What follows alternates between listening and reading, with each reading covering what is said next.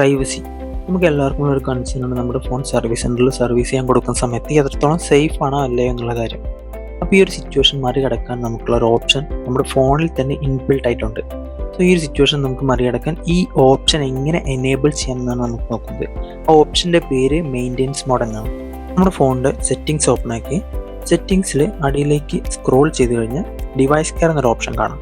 അപ്പോൾ ഈ device care ഓപ്ഷനിൽ ക്ലിക്ക് ചെയ്തതിന് ശേഷം അതിൻ്റെ അടിയിലേക്ക് സ്ക്രോൾ ചെയ്ത് കഴിഞ്ഞാൽ മെയിൻ്റെനൻസ് മോഡ് എന്നൊരു ഓപ്ഷൻ കാണും. ഈ മെയിൻ്റെനൻസ് മോഡ് ക്ലിക്ക് ചെയ്യാം. അതിനുശേഷം ടേൺ ഓൺ കൊടുക്കും. ടേൺ ഓൺ കൊടുത്തു കഴിഞ്ഞാൽ റീസ്റ്റാർട്ട് എന്ന് കാണിക്കും. അപ്പോൾ ഈ റീസ്റ്റാർട്ട് ക്ലിക്ക് ചെയ്ത് കഴിഞ്ഞാൽ അതൊരു 2 മിനിറ്റ്സോളം എടുക്കുന്ന ഒരു പ്രോസസ്സാണ്.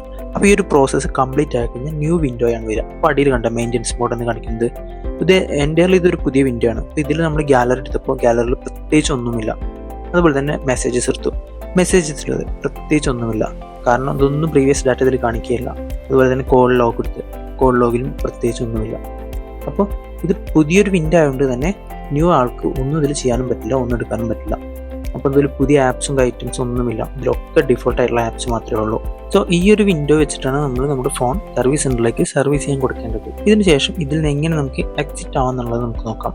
ഒന്നല്ലെങ്കിൽ നമ്മുടെ ഈ ഫോണിൻ്റെ നോട്ടിഫിക്കേഷൻ ബാറിൽ ഈ ഒരു എക്സിറ്റ് ഓപ്ഷൻ ഉണ്ട്.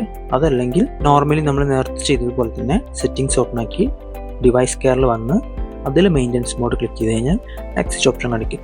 അങ്ങനെ നമുക്ക് എക്സിറ്റ് ചെയ്യാം. ഇത് എക്സിറ്റ് ചെയ്യുന്ന സമയത്ത് നമ്മുടെ ഫോണിൻ്റെ പാറ്റേണോ അല്ലെങ്കിൽ ഫിംഗർ പ്രിൻറ്റോ ഏതെങ്കിലും ഒന്ന് ചോദിക്കും. സോ നമ്മൾ അത് ക്ലിക്ക് ചെയ്താൽ മാത്രമേ ഇനി നമ്മുടെ പ്രീവിയസ് വിൻഡോയിലേക്ക് പോവുള്ളൂ. നമ്മുടെ പഴയ ഫോണിൻ്റെ അതേ സെറ്റിങ്സും കാര്യങ്ങളൊക്കെ ഉണ്ടാവും. അപ്പോൾ എല്ലാവർക്കും ഇനി സേഫായിട്ട് സ്വന്തം ഫോൺ സർവീസ് സെൻ്ററിലേക്ക് കൊടുക്കാൻ പറ്റുന്നതാണ്. സോ ഇതുപോലത്തെ ഇൻഫോർമേറ്റീവ് വീഡിയോസിനായി നമ്മുടെ ചാനലൊന്ന് സബ്സ്ക്രൈബ് ചെയ്തേക്ക്.